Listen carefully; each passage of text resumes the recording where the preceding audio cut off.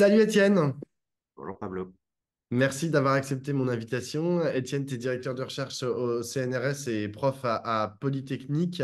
Tu avais notamment écrit il y a quelques années, je crois que c'était en 2021, au PUF, un ouvrage pour lequel je t'avais reçu dans une midinale. Ça s'appelait Les candidats novices et professionnels en politique, où en gros, tu avais fait une sociologie des nouveau venu de l'Assemblée nationale de 2017.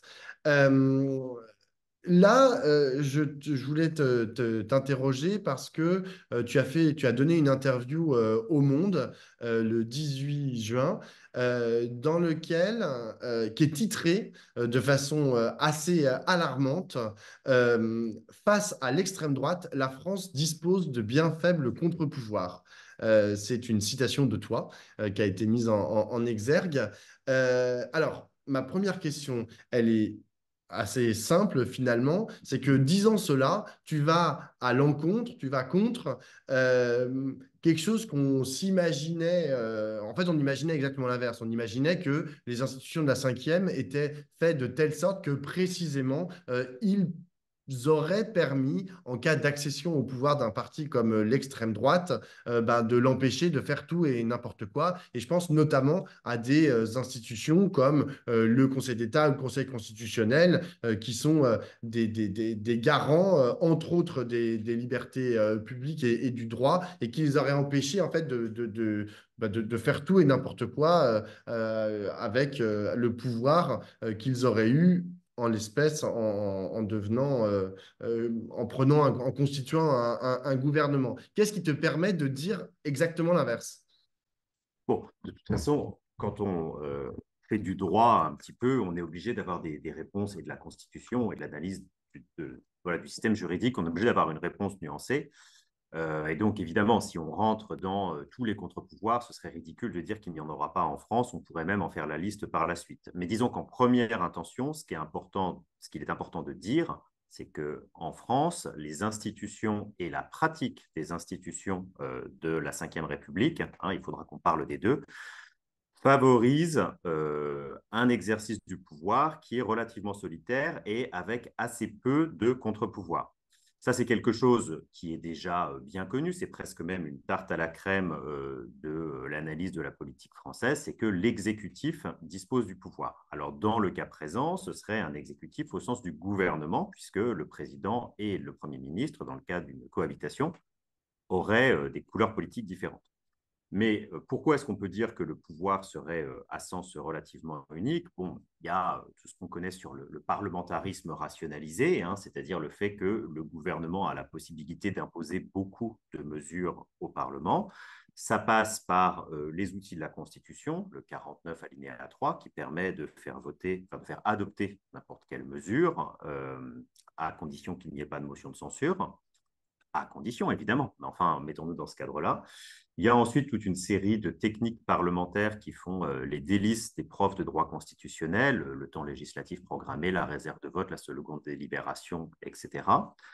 Et puis, il y a cette espèce de pratique aussi de la Constitution qui a été faite depuis maintenant 7 ans par le gouvernement, les gouvernements successifs d'Emmanuel Macron, puisque en multipliant les 49.3, en utilisant de manière parfois un peu détournée les outils de la Constitution, les différents gouvernements ont légitimé aussi un tel usage. C'est-à-dire que si dans l'année qui vient, un gouvernement autoritaire arrivait au pouvoir et qu'on lui reprochait et qu'on se mobilisait en disant mais enfin c'est complètement illégitime d'utiliser les outils que vous utilisez, il pourrait tout à fait et à bon droit se retourner et dire mais enfin Madame Borne a utilisé 20 ou 21 49.3, que me racontez-vous là? Madame Borne est évidemment quelqu'un qui n'est pas accusable d'autoritarisme.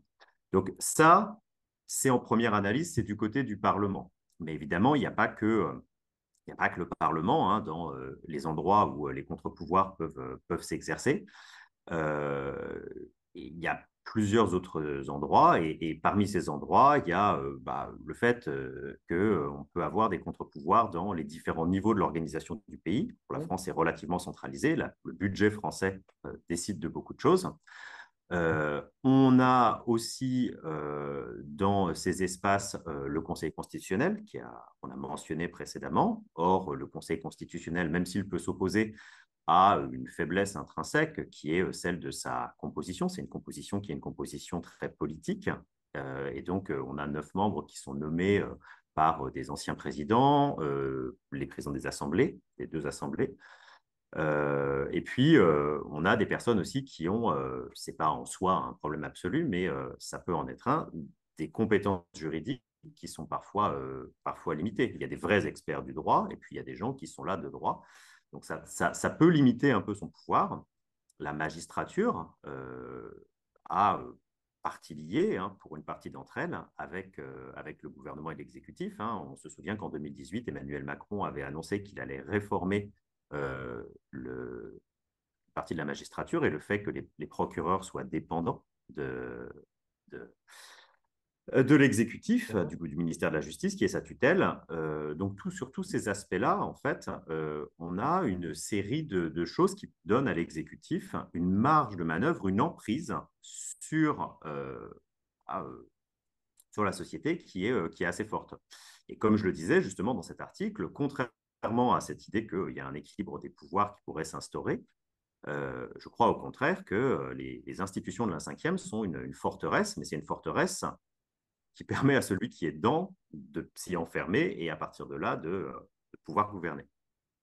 Avec quand même un bémol, t'es sociologue, tu as parlé des différents droits, des différents endroits, pardon, où pouvaient, où, enfin, qu'auraient pu faire constituer des lieux de contre-pouvoir. Il y en a un, tu as parlé des échelons. Et justement, l'autre jour, j'entendais sur le service public un professeur de Sciences Po Grenoble qui disait, mais moi, de toute façon, si le Rassemblement national arrivait au pouvoir, je ne reconnaîtrais pas les lois qu'il pourrait faire passer. De la même manière, je me souviens d'une tribune signée par des personnels soignants, médecins, infirmiers, etc. Au moment de la loi Asile et Immigration et où il était voilà, mention de cette suppression de l'aide médicale d'État, hein, qui est dans le programme aujourd'hui du Rassemblement national et qui pourrait faire passer, genre si jamais ils arrivaient au pouvoir. Et donc, ces personnels soignants disaient, mais de toute façon, ils peuvent toujours essayer de supprimer l'aide médicale d'État. Nous, on se débrouillera pour continuer, parce que c'est notre serment d'Hippocrate, on continuera à soigner les gens gratuitement, peu importe qu'ils aient des papiers ou pas de papiers. C'est-à-dire que, genre, à une échelle pas forcément qu'individuelle, mais de secteurs, de travailleurs et de travailleuses, etc., il pourrait aussi y avoir de la résistance à l'intérieur même de l'État, parce que ce soit les professeurs ou les personnels soignants, ils sont des fonctionnaires. Oui, il y a toujours de la résistance qui est possible et des marges de manœuvre qui sont possibles. Dire le contraire, ce serait profondément antisociologique et avoir une lecture principalement juridiste, en fait. Hein. Regarder le droit comme s'il allait s'appliquer de manière immédiate, alors qu'on sait évidemment que ce n'est pas le cas et qu'il peut y avoir des petites mesures d'opposition un petit peu infrapolitiques ou des grandes mesures d'opposition, des mobilisations plus ou moins importantes qui pourraient exister. Donc ça, c'est évidemment possible, mais ça reste beaucoup moins confortable d'avoir un droit, d'avoir une interdiction de droit que d'avoir un droit institué. Donc se mobiliser pour, dans la pratique, défendre une mesure, tu as cité l'aide médicale d'État, c'est beaucoup moins confortable que quand le droit existe ou qu'il est opposable. Et de la même manière, donc évidemment, on pourrait avoir ça. Et de la même manière, on pourrait imaginer des mobilisations. Mais qu'en sera-t-il des mobilisations quand les mobilisations seront encadrées par la police, réprimées dans un système d'organisation de la protestation, de la mobilisation, dont on sait en France qu'il est particulièrement répressif. Et donc, de ce point de vue-là, je ne suis pas certain que les espaces de résistance soient mieux, hein, c'était le point de vue de cet entretien, c'est qu'ils soient mieux installés en France que dans d'autres pays. Tout à l'heure, tu as différencié les institutions et la pratique des institutions, et notamment en ce qui concerne l'équilibre des pouvoirs. En cas de cohabitation, que ce soit avec l'extrême droite ou d'ailleurs avec la gauche, comment est-ce que tu penses que Emmanuel Macron voilà, envisagerait cette répartition finalement du pouvoir? Je te dis ça parce qu'il y a déjà eu plusieurs exemples de cohabitation. Il y en a eu trois dans l'histoire de la Ve République, avec Chirac, Balladur et puis Jospin. Et à chaque fois, enfin, il y a eu du coup deux présidents, c'était François Mitterrand et puis après Jacques Chirac. Euh, à chaque fois, il y avait une acceptation en fait du mécanisme de cohabitation, que ça soit par François Mitterrand ou par Jacques Chirac. Je ne dis pas que ça s'est fait sans anicroche ou quoi que ce soit, mais voilà, ils ont accepté que le président avait un espace réservé qui était les affaires étrangères, etc., et la représentation au niveau mondial, et puis l'autre s'occupait de la politique nationale, le Premier ministre et le gouvernement. Mais voilà, il y avait une cohabitation possible finalement. Est-ce que là, vu la pratique du pouvoir d'Emmanuel Macron depuis maintenant 7 ans, est-ce que tu arrives à envisager que il puisse partager son pouvoir dans le cadre d'une cohabitation? Ouais, je pense que les institutions de la cinquième et la Constitution règlent très rapidement cette question-là, puisqu'elles définissent assez clairement ce qui est de l'ordre du président et ce qui est de l'ordre du Premier ministre. Et je pense que Emmanuel Macron n'aura pas beaucoup d'autres possibilités que de partager son pouvoir. Même sur ce domaine réservé que tu évoquais à l'instant, en fait, il est de l'ordre de la pratique des institutions, beaucoup plus qu'il n'est de l'ordre de l'explicitation très claire. Le Premier ministre a beaucoup plus de capacité de s'impliquer dans les affaires étrangères ou la défense, qui sont les deux domaines réservés qu'on cite d'habitude, qu'on pourrait le croire, en fait, hein, ne serait-ce que par le budget, il a déjà son mot à dire. Et donc, il reste des petits sous-espaces dans lesquels le président pourrait s'immiscer ou instaurer de la résistance. La fonction présidentielle, c'est une tribune. Donc, si on veut s'opposer, on peut le faire savoir et on peut mener une guérilla du quotidien, à condition de le souhaiter. On peut refuser, ça devient technique, mais de signer des ordonnances qui permettent de contourner un temps donné le Parlement. François Mitterrand l'avait fait. Il y a encore quelques petites subtilités, mais c'est à peu près tout ce qu'offre en fait la Constitution de la Ve République quand on a un Mais président qui est très différent du Premier ministre. Oui, mais d'accord. Mais là, Déjà. ce que tu es en train de me dire, c'est que Emmanuel Macron, il va être obligé, en gros, de rentrer chez lui et de faire le pantin, quoi. Enfin, et de pas faire grand-chose, parfois de refuser de signer une ordonnance et puis de prendre la parole une fois par mois. Mais est-ce que franchement, tu vois Emmanuel Macron, vu sa pratique, encore une fois, genre accepter ce rôle? Et moi, je dirais, en fait, j'irais un peu plus loin. Je pense qu'il va trouver toutes les arguties et juridiques pour essayer précisément. En fait, je pense il ne peut pas accepter cette pratique du pouvoir. Parce que précisément, comme tu l'as très bien dit, ces domaines réservés, c'est de l'ordre de la coutume. Mais ce n'est pas de l'ordre du droit pur et dur. Et donc, lui, il va dire, bah non, moi je veux tout, moi il va continuer. En fait, je ne le vois pas faire un conseil des ministres avec genre Jordan Bardella, je sais pas quoi, ou genre tout le front populaire autour de lui qui va parler et lui regarder ça en chien de faïence, etc. Alors qu'il est même pas, alors qu'il les considère, il les insulte, ils passent leur temps, les deux, hein, d'ailleurs il les met à égalité et on reviendra dessus, mais il les met à égalité en disant que c'est des extrémistes. Et après il va aller genre présider le Conseil des ministres. Bien malin qui peut savoir ce qui se passe dans la tête du président quand il décide de dissoudre ou ce qu'il se passera quand il aura le résultat de cette dissolution. En tout cas, moi, je n'y suis pas et je pense que là, encore une fois, la Constitution fournit une sorte de camisole souple, mais camisole quand même, qui va le contraindre. Alors après, il a d'autres possibilités, c'est-à-dire que si on est en train d'envisager la suite, ça dépendra évidemment des scénarios de vote, mais il n'est pas impossible que le président ait à choisir un Premier ministre et puisse agir de manière stratégique. C'est-à-dire que si on n'a pas de majorité du tout, que peut-il faire? Une possibilité commence à être évoquée, ce serait de nommer un gouvernement technique, hein, comme l'Italie début des années 2010, où en fait on prend un technocrate, on nomme un technocrate pour gérer les affaires courantes, et puis pendant un an, on va simplement faire avancer en fait la nation sans prendre de grandes décisions. Tu nommes des ministres qui sont des ministres des techniciens, en fait, voire même des technocrates, hein, des grands fonctionnaires. Donc ça, c'est une possibilité. Il pourra jouer éventuellement sur les nominations, il pourra jouer sur les tentatives de création de grandes coalitions, ce qui est aussi une possibilité, en choisissant les personnalités qui pourraient pour le mieux incarner ça. Donc là, évidemment, il y a une possibilité d'action, mais une fois que le régime, enfin une fois que le gouvernement est en place et qu'il fonctionne et qu'il ne tombe pas, la part d'action reste concentrée sur la fonction, je dirais, un petit peu tribunicienne du président, qui est une fonction importante, mais qui ne se satisfera peut-être pas.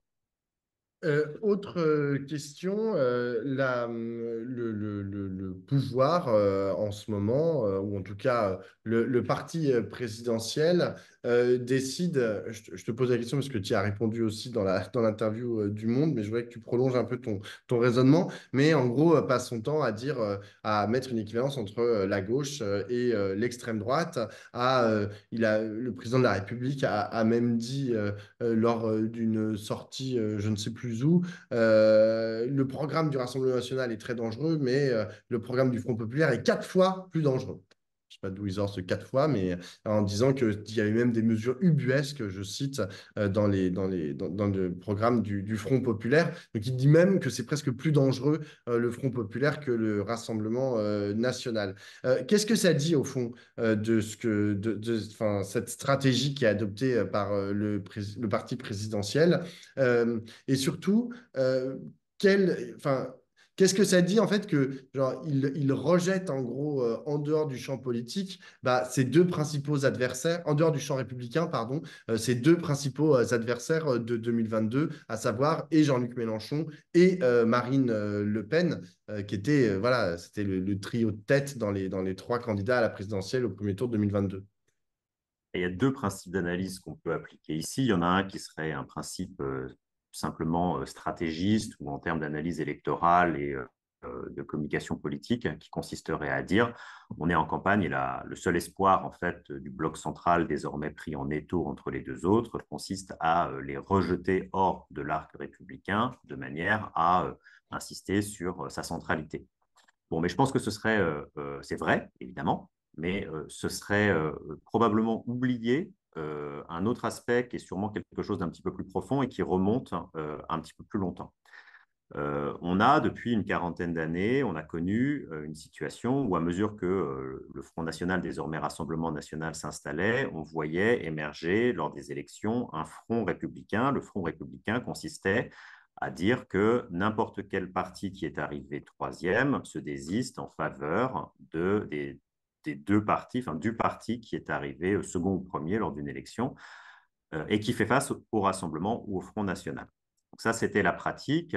Il ne faut pas fantasmer. Elle a eu des hauts et des bas. Elle a eu des coups de couteau au contrat. On a eu des petits arrangements avec ce Front républicain, mais elle a existé depuis à peu près les années 1980 et la montée de ce parti. Ce qu'on a vu se faire en 2022, c'est la fin de ce Front républicain avec, au moment des élections législatives de 2022, donc juste après l'élection présidentielle où le président avait appelé à faire barrage, on a vu la mise en équivalence par tout un tas de ministres en exercice ou en devenir de chez Renaissance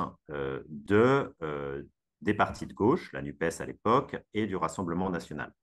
C'était très bien incarné, par exemple, par les propos d'Elisabeth Borne qui évoquait les extrêmes. Hein, cette rhétorique, en fait, on la voit poindre à ces moments-là, en 2022, et elle prend corps, en fait, à ce moment-là. Et ça passe par un changement de concept. On ne va plus parler de front républicain, mais on va parler d'arc républicain. Et ce qu'on a vu depuis 2 ans maintenant, puisque ça fait 2 ans que ces élections ont lieu, c'est l'abandon et le décès, en fait, hein, du Front républicain, dont il n'est plus question nulle part, alors même qu'à mon avis, il va falloir se poser la question, parce que si la participation est importante, on risque d'avoir à nouveau des triangulaires. Il y en a eu très très peu la dernière fois. La disparition du Front républicain et la montée de l'arc républicain. Arc républicain qui, de plus en plus, a, comme je le disais dans cet entretien, tiré ses flèches vers la gauche, c'est-à-dire que non seulement on avait mis en équivalence, mais on se servait en fait du terme de république pour critiquer une partie de la gauche. Et donc, pour revenir à la question, on a bien vu en effet une espèce de dédiabolisation très forte du Front National qui s'est faite par différents aspects, mais en particulier par ce vocabulaire de républicain, puisqu'on finissait par critiquer les autres plutôt que le Rassemblement national. Je sais pas pourquoi une bulle est apparue avec un pouce. Mais moi non plus. Mais c'était intéressant et parce que je suis d'accord. Euh, euh, Est-ce que cette question de l'arc républicain, est-ce que pour toi, elle a un sens sociologique ou politique intéressant ou est-ce que c'est totalement malvenu, y compris lorsqu'on parle d'exclure le Rassemblement national de cet arc ou de ce front républicain, dans la mesure où aujourd'hui le Rassemblement national fait près de 40% des électeurs et électrices dans les différentes élections récemment. Encore une fois, on pourrait avoir une analyse en termes de purement politique et donc dire, voilà, les acteurs mobilisent le concept d'arc républicain, mais qui a des fonctions principalement stratégiques. Et donc, tenter de le mettre à distance ou ne pas le prendre au sérieux, je pense que ce serait dommage, en fait, de ne pas le prendre au sérieux, déjà parce qu'il a des effets, et aussi parce que je pense que une fois qu'on sort un peu de l'analyse du commentaire politique ou de la stratégie, il peut être intéressant de se poser la question sur ce qui fait la République et ce que sont, non pas forcément les valeurs, mais les principes de la République. Et donc, ne pas oublier de s'interroger sur ce qu'est justement cette espèce d'idée un peu transcendante derrière laquelle s'est rangée depuis un ou deux siècles, un petit peu plus de deux siècles maintenant, avec des variations. Et donc, de ce point de vue-là, je pense qu'on peut toujours. Il est plutôt raisonnable de s'interroger sur ce que c'est que la République et ce qu'on veut mettre dedans. Mais peut-être le faire, non pas en période électorale, mais le faire de manière un peu dépassionnée. J'ai une dernière question, Étienne. C'est par rapport à ton livre sur les députés de 2017. Je ne sais pas si tu as regardé les députés de 2022, la nouvelle fournée, en gros, qui est arrivée à l'Assemblée nationale en 2022. Mais est-ce que tu as noté des différences sensibles avec la sociologie que tu avais étudiée des députés de 2017? Moi, de l'extérieur et pour les pratiquer quasi quotidiennement, j'ai pas vu beaucoup de différence. Pour tout te dire, j'ai vu que ceux qui étaient arrivés en 2017 et que tu décrivais comme des novices se sont un peu aguerris, forcément. Je dis pas qu'ils se sont ancrés dans leur territoire parce que ça, j'ai l'impression que c'est plus du tout le taf d'un député que de s'ancrer sur son territoire. Mais quand même, j'ai vu globalement le même rapport en fait à la politique qui était voilà, un peu évaporé, un peu déconnecté, un peu genre je suis les lapins dans les phares d'une voiture. Et ma dernière question, et pour le rattacher à l'actualité du moment, on voit qu'il y a beaucoup de candidats qui font campagne. Alors, ou bien quand c'est le Front populaire sur les logos, en gros, qui sont affichés sur leur affiche. Donc, en l'occurrence, Front populaire et puis tous les partis qui composent le Front populaire. Ou bien quand c'est du côté de l'extrême droite avec la grosse tête de Jordan Bardella. Du coup, bah, on n'a pas besoin de savoir qui c'est, tu votes pour Jordan Bardella. Et puis, alors, justement, du côté de chez Macron, là, c'est un peu plus compliqué. C'est est-ce qu'on met Macron sur l'affiche? Alors, la plupart ont choisi de ne pas mettre Macron sur l'affiche, mais il y en a plein qui ont choisi de mettre Gabriel Attal sur l'affiche, parce que c'est la figure la plus populaire. Mais encore une fois, faisant disparaître leur propre identité. Ils la dissolvent, en fait. À chaque fois, il y a une espèce de dissolution de l'identité politique individuelle derrière un cadre qui soit un parti ou qui soit une personnalité. Oui, alors il y a beaucoup de questions. Je vais reprendre sur la dernière et puis on refera une midinale à l'occasion pour parler de la nouvelle assemblée et Ça éventuellement me des tient. parcours des personnes qui vont la rejoindre sur le fait de mobiliser ou pas des figures tutélaires sur sa propagande électorale, puisque c'est comme ça que ça s'appelle, sur ses affiches, dans ses tracts. C'est quelque chose qui est assez classique dans la cinquième. On a des personnes qui vont tenter de jouer la carte du nom propre, leur nom propre, et on a des personnes qui vont tenter de jouer le capital objectivé du parti ou du courant dans lequel ils sont.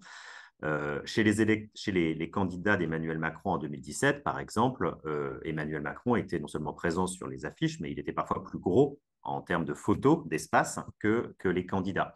Évidemment, du fait de l'usure du pouvoir, du fait de la dissolution qui n'a pas été très appréciée, y compris chez les partis des électeurs, et en particulier des électeurs macronistes, cœur de cible, les députés qui se représentent à l'heure actuelle ont fait disparaître Emmanuel Macron, mais ils ne veulent pas perdre complètement le repérage qu'offre le logo et la tête du chef ou du leader, et donc c'est pour ça qu'ils mettent Gabriel Attal.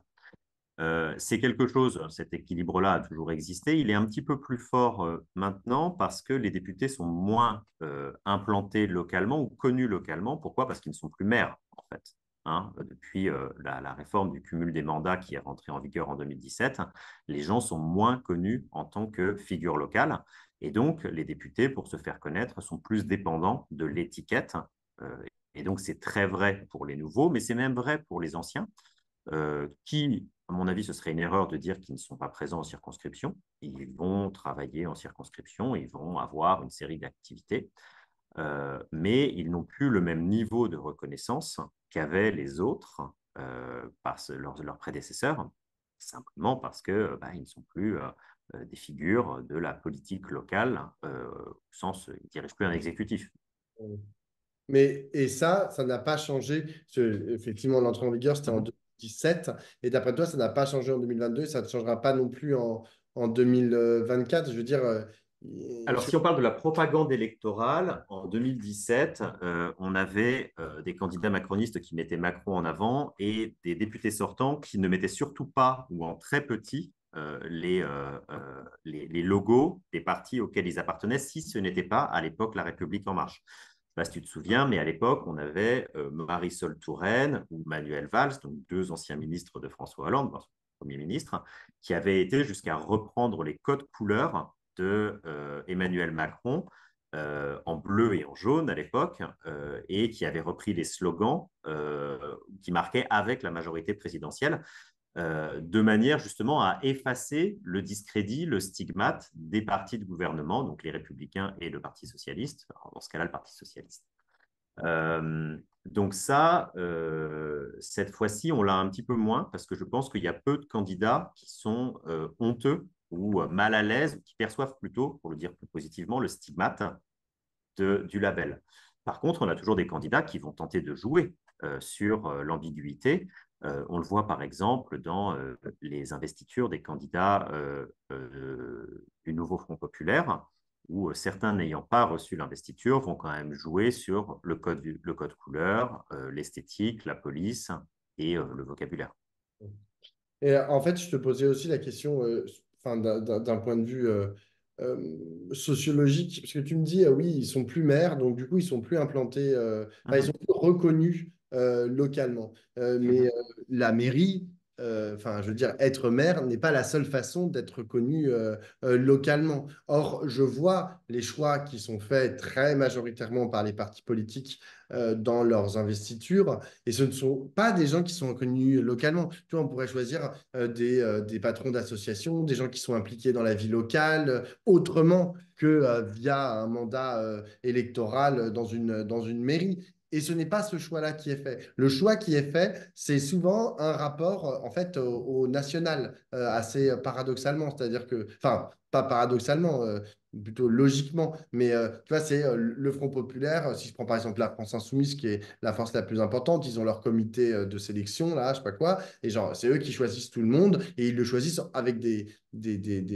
critères qui sont des critères nationaux. Enfin, de la Oui. même manière, LR, j'ai vu aussi la façon dont ils ont fait, parce qu'un type avec qui je débat, Charles Consigne, qui avait été investi en 2022, bon, autant te dire que la circonscription où il est allé, il n'y avait jamais foutu les pieds, tu vois. Enfin, et Mhm. genre, c'était dans les Yvelines, il ne savait même pas où c'était. Donc, et ce type de logique, j'ai l'impression, existait moins, on va dire, il y a 30 ans. Et au-delà de la Ah, question. mais c'est certain, c'est certain. Ça, en effet, on a deux logiques, en fait. D'une part, le rôle du local, de l'implantation locale est moins important, donc les partis capitalisent moins dessus. Et d'autre part, les partis, là tu citais la France insoumise, ont une implantation locale qui n'est pas inexistante du côté militant, mais qui n'avait pas la même puissance en termes de réseau local. Et donc, ils n'ont pas du tout non plus les mêmes logiques d'investiture que des partis comme par exemple le Parti socialiste ou même à une époque les Républicains, qui eux fonctionne par des investitures locales, en fait, principalement locales. Là, on a des investitures qui, à la France insoumise, comme chez Emmanuel Macron, se faisaient, en fait, au niveau national. Bon. J'ai une toute dernière question. Je te demande Mhm, pas de faire de la politique fiction, hein, parce que genre, mhm. c'est impossible de savoir ce qui va se passer dimanche prochain. Mais quand tu vois les différentes dynamiques qui sont à l'œuvre, et je sais que tu es en ce moment en Italie, donc tu es un peu loin, mais bon, j'imagine que tu regardes quand même. Comment est-ce que tu juges les différentes pas les différentes stratégies, mais les différentes dynamiques en fait qui sont à l'œuvre en ce moment. Est-ce que tu penses que le Front populaire est dans une dynamique ascendante, que c'est plutôt le Rassemblement national qui de toutes les façons est en mode rouleau compresseur depuis des années et que rien ne va l'arrêter? Enfin, est-ce que tu vois qu'il y a des modifications? On parlait du Front républicain. Est-ce qu'il est capable de se reconstituer en l'espace de 3 semaines alors qu'on avait l'impression qu'il était mort et enterré auparavant? Là encore, il y aurait énormément de choses à dire et évidemment, dans la captation des signaux faibles, moi, il y a quelque chose sur lequel je crois qu'il faut qu'on soit très attentif et qui pourrait être une grande transformation, c'est le taux de participation. Le taux de participation, ce n'est pas simplement un symbole du bon état ou du mauvais état de la démocratie à un moment donné, c'est dans le cadre d'une élection législative en France, surtout à 3 blocs, quelque chose qui va avoir des conséquences absolument incroyables sur l'entre-deux tours, premier et second, puisque si on est sur une hypothèse comme on semblerait la voir venir à l'heure actuelle de 65% de participation, ça veut dire d'une part qu'il y a des gens qui ne sont pas allés voter aux européennes qui vont aller voter. Qui sont-ils? Est-ce que ces personnes-là vont aller inverser un petit peu la tendance? Et deuxièmement, pour répondre à la question que tu posais, ça va obliger aussi les partis à se repositionner par rapport à des questions de front républicain. Et c'est donc là, à mon avis, qu'un des grands enjeux des semaines à venir va se faire, parce que vont faire les partis et quelles consignes vont donner les partis et quelles latitudes vont se permettre de prendre les candidats par rapport à cette question de je suis troisième dans une circonscription par rapport à un duel RN versus un autre parti. Est-ce que je maintiens l'idée qu'il y a des partis républicains ou pas, ou alors est-ce que cette idée est définitivement morte? Et c'est un petit peu ça, à mon avis, qui va se jouer et qui va aussi jouer l'élection. Donc, la réponse à cette question dans 2 semaines tout pile, juste après le premier tour. Dans Bon. 8 jours et dès maintenant, à mon avis, avec les premières estimations du taux de participation, qui n'est pas la chose la plus compliquée à mesurer. Merci beaucoup, Étienne. Merci Pablo.